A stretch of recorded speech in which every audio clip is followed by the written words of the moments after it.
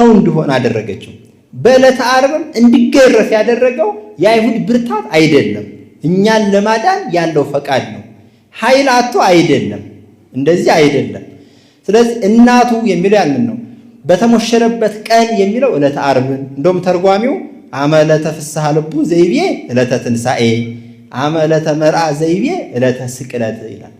የተሞሸረበት ቀን መስቀል ላይ ራቁቱን የዋለበት ልቡ ደግሞ ደስ የተሰኘበት ቀን ክርስቶስ ሞትን ድል አድርጎ ነፍሳትን ከሲኦል አውጥቶ አስገብቶ ገነት በክብር የተነሳበት ቀን እነዚያ አይሁድ እስኪጨነቁ ድረስ ማለት ነው። ትንሣኤ ልቡ ደስ የተሰኘበት ዕለት፣ ትንሣኤ ልቡናን የሰጠበት ዕለት፣ ፈርሶ በስብሶ መቅረትን ያስቀረበት ዕለት ስለሆነ አመለተ ፍስሐ ልቡ ልቡ ደስ በተሰኘበት ቀን በተሞሸረበት ቀን እናቱ የደፋችለትን ዘውድ ታዩ ዘንድ ውጡ ይላል ሰሎሞን። ስለዚህ ክርስቶስን ሙሽራ ሲለው ዮሐንስ ይሄንን ለማዘከር ነው። በዕለተ ዓርብ ኢየሱስ ክርስቶስ የሚከፍለውን ዋጋ ያሳያል ማለት ነው። ሙሽራ ነው ክርስቶስ ለቤተ ክርስቲያን የሾክ ዘውድ ደፍቶ ክብርን ለሙሽራው ያለበሳት ማለት ነው። ሁላችንም ቤተክርስቲያን ነን። ሙሽራ ሚስት አጭቶ ነው የሚያገባው። ራሱ መጽሐፉ ነው የሚነግረን ይሄንን። አሁን የተደባለቀ ዓለም ነው። ግን ሙሽራ ጠይቆ ያገባል ወንዱ። ቃልም ሽቶ ፈልጎ ነው የተዋሃደው እንጂ ስጋ ፈልጎ አልተዋሃደም። አይችልም። ስጋ ምሉ መሆን አይችልም። ምሉ ቃል ግን ፈልጎ ውሱን ስጋን ተዋህዶ ምሉ አደረገው። በተዋህዶ ስጋ ነው የከበረው። ስጋ አምላክነትን አገኘ፣ ቃል ደግሞ ሰውነትን ገንዘብ አደረገ። ስለዚህ ሙሽራ የምንለው ክርስቶስን ሙሽራ የሚያሰኘው አንዱ ይሄ ነው። እንደዚያ ነው ማለት ነው። ዮሐንስ ጌታችን ኢየሱስ ክርስቶስን እንዲህ ብሎ እየገለጸው በብዙ ነው የሚገልጸው። ዮሐንስ ቤተክርስቲያን የብሉይና የሐዲስ ድልድይ ነው። በኋላ በጥቂቱ እናየዋለን። ዮሐንስ የተወደደ መስካሪ ነው። ሁለቱ ዮሐንስ ተማሪዎች ከዮሐንስ ሰምተው ጌታችን ኢየሱስ ክርስቶስን ለመከተል በቁ። መስማት አንዳንድ ጊዜ መስማት እንደ ዮሐንስ ያሉትን መስማት እግዚአብሔርን ለመከተል ያበቃል ማለት ነው። እንጦንስ የመነኮሰው ቅዳሴ ላይ ሰምቶ ነው። ምን ይበቆ ለእሰብ ለመኩሉ ዓለም ረብሃ የሚለው ወንጌሏን ሲሰማ አንድ ቀን ሄደ ማለት ትቶት ሄደ። በረሃ የገባው የመጀመሪያው ምንኩስና የጀመረው እንጦንስ ሰምቶ ነው። ልብ ብሎ መስማት። ዘማውያን ሲናገሩ ሰማ እንጦንስ። ምን ሲሉ ነው ዘማውያን የተናገሩት? ለመኮን ከመነኮሰ አሉት። መነኩሴ ከሆንክ እዚህ ምን ታደርጋለህ? ከተማ ገዳም ሂድ፣ ሁር ገዳመ ሲሉት ዘማውያኑ ሲናገሩ ሰማ። ለኔ ብሎ መስማት። ሄዶ በረሃ ወደቀ። እንጨት ልምላሜ የሌለበት የውሃ ምንጭ የማይገኝበት እባቦች አሉበት ቦታ። ከዚያ የመነኮሳት ቦታቸውም እዚያ ሆነ። መናፍቃን በከተማ ሲሰለጥኑ ለማስተማር ይወጣሉ እንደ አባ ተክለ ሃይማኖት። ለምቾት ለኑሮ ግን አይወጡም። በነገራችን ላይ የመነኮሳት ዘካርያን የሉም። በከተማ ሆነው መነኮሳት እንዲዘክሩ አልተጠሩም። ይህንን በየትኛውም በቤተ ክርስቲያን ዘመን አላየንም። አሉ ግን የደከሙ ናቸው። እነሱ ያንን ህይወት የማይገልጹ ናቸው። መጽሐፍ ሲናገር ቁርባናቲሆሙ ለመነኮሳት አንባ አዕይንቲሆሙ ነው የሚለው። መነኩሴ ለእግዚአብሔር የሚያቀርበው የተወደደ መስዋዕት በበዓቱ ሆኖ ከዓይኑ የሚያፈሰው እንባ ነው። የመነኩሴ መስዋዕቱ ከዓይኑ የሚያፈሰው እንባ ነው። ከወለተ ማርያም ከአባ ገኔ ሰብስቦ አርዶ ዘክሮ የሚያበለው የተጠራበት አይደለም። እሱ ቢያደርግስ ምን ይሆናል ካልን ደግሞ ራሱ የመጽሐፈ መነኮሳት ማሪሳቅ ምን ይላል? መጽሐፈ መነኮሳት የመነኩሴ ዘካሪ እንደ ሞግዚት ነው ይላል። ሞግዚት የህፃኑን ሽንቱንም ምኑንም ታግሳ ታሳድገዋለች አይደል? ሲያድግ ልጅ እናቴ ይላታል። እናቴ የሚለው ማንን ነው? የወለደችውን ነው። እሷ ግን ትንሽ ደሞዝ የላትም አላት። ግን ልፍት የምትለው በልጁ ሞግዚት ሆነች። መነኩሴውም ልፍት ብሎ ቢዘክር ሞግዚት ነው የሚለው። ማሪሳቅ አንቀጽ ቀዳማዊ ላይ ማየት ይቻላል። ሞግዚት ነው የመነኩሴ ዘካሪ። ስለዚህ የመነኮሳት ዘካሪያን ልናበረታታ አይገባም። የመነኩሴ ዝክሩ ቁርባኑ አንባ አዕይንቲሁ ነው፣ የዓይኑ እንባ ነው። በበዓቱ ጸንቶ የሚደግመው ዳዊት ለእግዚአብሔር የተወደደ መስዋዕት ያ ነው። የዓለማውያን ዝክር ከሰውነታቸው ውጭ የሆነ ገንዘባቸውን ነው። የመነኮሳት ዝክር ግን ሕይወታቸው ነው። ከሕይወት የሚበልጥ የለም። ሕይወቱን ለእግዚአብሔር ከሰጠ ሞቱ ተገነዙ ካለ በኋላ ተነስቶ የሚዘክር ይሄ ቤተክርስቲያን ትምህርት አይደለም ለማለት ነው። እንደምን አመሻችሁ። የዮሐንስ ምስክርነት ሁለቱን ደቀ መዛሙርት እንዲመጡ አደረጋቸው። በነገራችን ላይ ዮሐንስ የተወደደ መስካሪ፣ በነገረ ድነት ላይ ጌታችን እንደ ዮሐንስና እንደ ዮሴፍ ያሳተፈው የለም። በእውነቱ ከእመቤታችን ቀጥሎ ዮሴፍንማ አረጋዊ መንፈሳዊ አንሰኬ አነክር አረፍተ ቤቱ ላይ ዮሴፍ ይላል። ጌታችን ወፌ ቆመች እያለ ያደገበት የዮሴፍን ቤት እኔ አደንቃለሁ ያለ መደቡን አደንቃለሁ፣ ማዴውን አደንቃለሁ። አካላዊ ቃል በስጋ በዮሴፍ ቤት ሲያድግ እንደ ሕፃናት ነው ያደገው ጌታ። ሕፃናትን የሚበልጥበት አለ፣ የሚመስልበት አለ። ሕፃናትን ሲበልጣቸው አባ ጊዮርጊስ ሲናገሩ ፈድፈዶሙ ለሕፃናት በተጸንሶ ዘእምድንግል ነው። ከድንግል በድንግልና በመወለድ ሕፃናትን ይበልጣቸዋል ጌታ። ወይ ፈድፈዶሙ በተአቅፎ ዘበአብራክ ደግሞ በእናቱ እቅፍ ደግሞ በመታቀፍ አይበልጣቸውም፣ ይመስላቸዋል። ከድንግልና ወተትን በማስገኘት ጌታችን ሕፃናትን ይበልጣል። ወተት አምጡ ስጡኝ እያለ በማልቀስ ደግሞ ሕፃናትን ምን ይላል? ይመስላቸዋል። ስለዚህ እንደ ሕፃናት ቀስ እያለ ሲያድግ እየወደቀ እየተነሳ ያደገው አይደል? ስለዚህ የዮሴፍን ቤት ወፌ ቆመች ያለበት መደብ አለው። የተጉላላበት፣ የወጣበት፣ የወደቀበት መሬቱን ያንን አነሳኪ አነክር አረፍተ ቤቱ ለዮሴፍ እኔ የዮሴፍን የቤቱን ግድግዳ ወፌ ቆመች እያለ የተደገፈውን ያደገበትን መሬቱን ይሄንን አደንቃለሁ እያለ አረጋዊ መንፈሳዊ ይመኛል ማለት ነው። እንኳን አካሉ እና አረጋዊ ዮሴፍ በነገረ ድነት ላይ እግዚአብሔር በእጅጉ ከእናቱ ቀጥሎ ያሳተፈው የእናቱ የቤተ መቅደሱ ጠባቂ ያደረገው ንጽሕናው ለዚያ ያበቃው አባት ነው። በረከቱ በሁላችን ይደርብን። ዮሐንስ ደግሞ እንደዚህ ሆነ። ዮሐንስ የተለየ አባት ነው። ዮሐንስ ካህን ወልደ ካህን የካህን ልጅ የመካኒቱ የኤልሳቤጥ ልጅ በስለት የተገኘ የግመል ፀጉር የሚለብስ ስለ ትምህርቱ ልዕልና ምግቡ ምንድነው ይላል ማቴዎስ ወንጌል ምዕራፍ 3 አንበጣ እኮ ምግቡ ሆኖት አይደለም፣ ግን ትምህርቱ አንበጣ መሬት ለቆ ነው የሚሄደው። አንበጣ ዘይቤ ልዕልና ስብከቱ ይላል እኮ። አንበጣ ይመገባል ማለት የትምህርቱን ከፍታ ነው የሚያሳየው። ማር ዘይቤ ጣዕመ ስብከቱ የጣዝማ ማር ይበላል መባሉ ያ ሆኖ አይደለም። የጣዝማ ማር ምግቡን የሚያመለክት ሳይሆን ጣዕመ ስብከቱ የትምህርቱን ጣፋጭነት ነው የሚያሳየው። ለምን ሰው ይውደደኝ ብሎ አያስተምርም።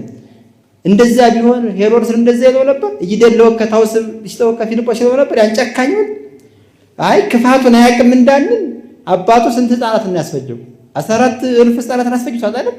የዚያ ልጅ ነው ሄሮድስ። ያንን ሄዶ እይደለው አለው። ከገዳም ወጥቶ ለስብከት ለመንገድ ወጣ። ስለዚህ ትምህርቱ ሰው ደስ ይበለው ብሎ የሚናገረው አይደለም። አይሁድ ሲመጡ ምንድን ነው ያላቸው? ትውልደ አራዊተ ምድር አላላቸው። እውነቱን ነው የሚናገረው ዮሐንስ። እንደዚህ የሚያስተምረው ዮሐንስ ትምህርቱ ጣፋጭ ነው። ስለዚህ ምን አለ ወንጌላዊ ሲጽፍ ምግቡ የጣዝማ ማር እንዲሁም ደግሞ አንበጣ ነበራል። አንበጣ ሲል ትምህርቱ ከፍ ያለ ነው፣ ረቂቅ ነው፣ ምጡቅ ነው። ማር ሲል ደግሞ ትምህርቱ ጣፋጭ ነው ተብሎ የተነገረለት። ልብሱ ደግሞ የምን ልብስ ነው ተባለ? የግመል ፀጉር። ይህም ትምህርቱ ወንጌል ነች።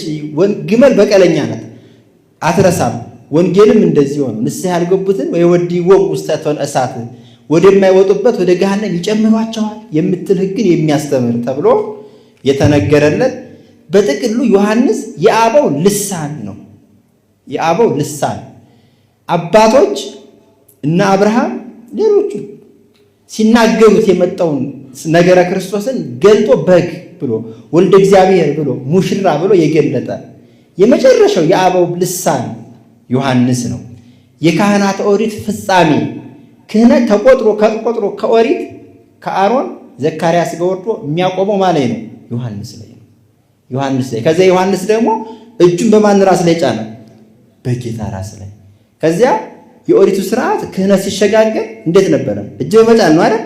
ስለዚህ ሙሴ አሮንን ሲሾመው እጁን በራሱ ላይ ጫነ።